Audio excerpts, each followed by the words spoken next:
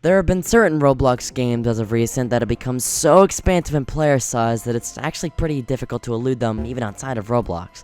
An example would be Adopt Me, which has a concurrent player rate that, more times than not, beats Little Rock's entire population, which is the capital of Arkansas, and Piggy, which has merchandising completely independent from the Roblox brand that I've consistently found in retailers like Walmart and GameStop. Kind of like this thing that I own for some reason. And lastly, Brookhaven. The weird thing about this game is that it has pretty similar levels of plays to, say, like Piggy, but it easily beats Adopt Me and Piggy combined when it comes to average concurrent players. So, with that knowledge in mind, how has this game eluded me so much?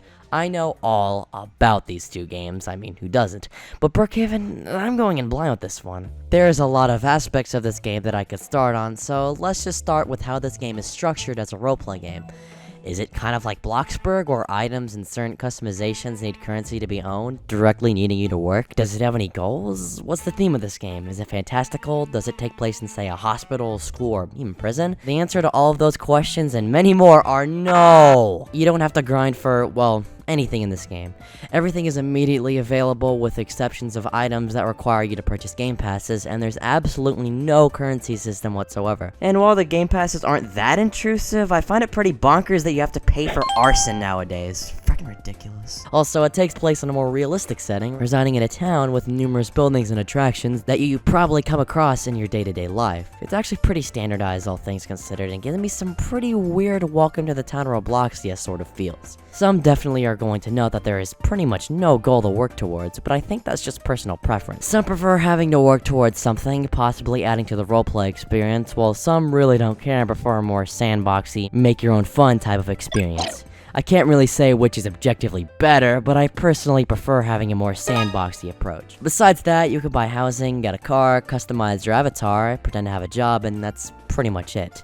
Yeah, there isn't a whole lot to do if you're not socializing. I think actually conversing with others and have them be on your little story is what makes this game click with people. So in that regard, what does this game have to offer? As stated before, buy housing, get a car, customize your avatar, pretend to have a job, and that's pretty much it. The avatar editor is actually pretty decent, much better than I expected. There are a sizable amount of accessories and they're all varied in terms of what they could be used for. There's no search bar though, and the way items are placed feels quite arbitrary. For example, the backpacks and the back accessories are all scattered in with the swords, cloaks, and whatnot. It feels pretty messy. The hairs actually got color-coded into their colors, so doing something not too dissimilar from that would have been nice. You can also change your skin tone, face, size, and revert to your Roblox avatar. All good stuff. The cars have all the typical necessities like locking and failsafing, but use the bogus new camera system that is really disorienting. I would personally use the script by Addison Shiu to revert the old car controls back, since the new one is really lame in my opinion. It corrects you roughly 2 seconds after you move your camera if you're holding down the right mouse button.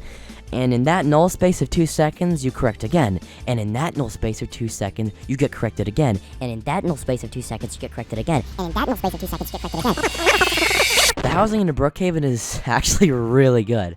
There are in total 26 houses, none of them requiring a game pass, but nonetheless, the houses I managed to look at were quite varied. You have a bunker, a trailer, and other odd houses that feel different from each other and have a vast amount of decoration. Everything in these houses, from the exterior and the interior, look like they're made from the same people, and it all blends together very nicely. You can't really customize anything though. Yeah, you can change your house color, but what you see is all you get with these houses. Perhaps in the future we can arrange some furniture, have custom paintings, and maybe even have a house whitelisting feature. You don't have to go all out and make Bloxburg 2.0, but some extra additions would be pretty swell.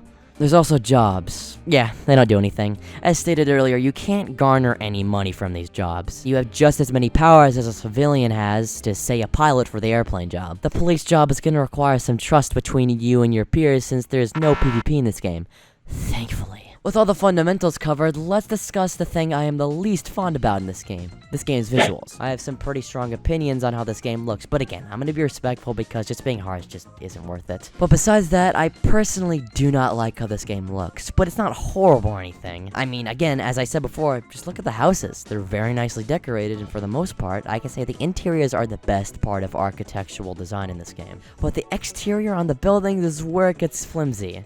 wavering textiles is probably the biggest issue, but besides that, the exteriors are pretty decent. I mean, I don't want to get too nitpicky with this. However, the outside environment would get a total rehaul from me considering how blocky and sharp it all looks. It's pretty plasticky, but it doesn't really give me the I built this in my free time with Legos sort of feel that Welcome to the Town Roblox it gives me. And there isn't a ton of decoration in some spaces. Plus, this game just looks dull.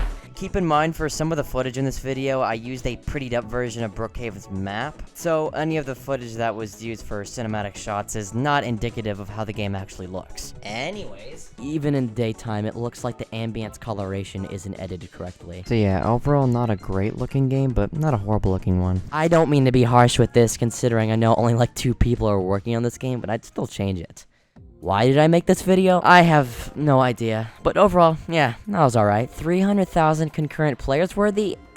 No offense, but I gotta say, no. I think it's an overall okay game with some decent features, pretty decent building, and a nice return to the sandboxy roleplay approach, but it's nothing to write home about in my opinion. I personally prefer games like Rose Citizen and stuff, and while I personally find Bloxburg pretty boring, I can at least get the appeal of that with the housing. But I can definitely see some people preferring this over those 2 games, considering how it's more sandboxy. Shoutouts to the whopping 2 members of the Brookhaven developing scene for making a game that overthrown Adopt Me and concurrent players. Seriously, good job. So yeah, overall this game, I would say, it's pretty...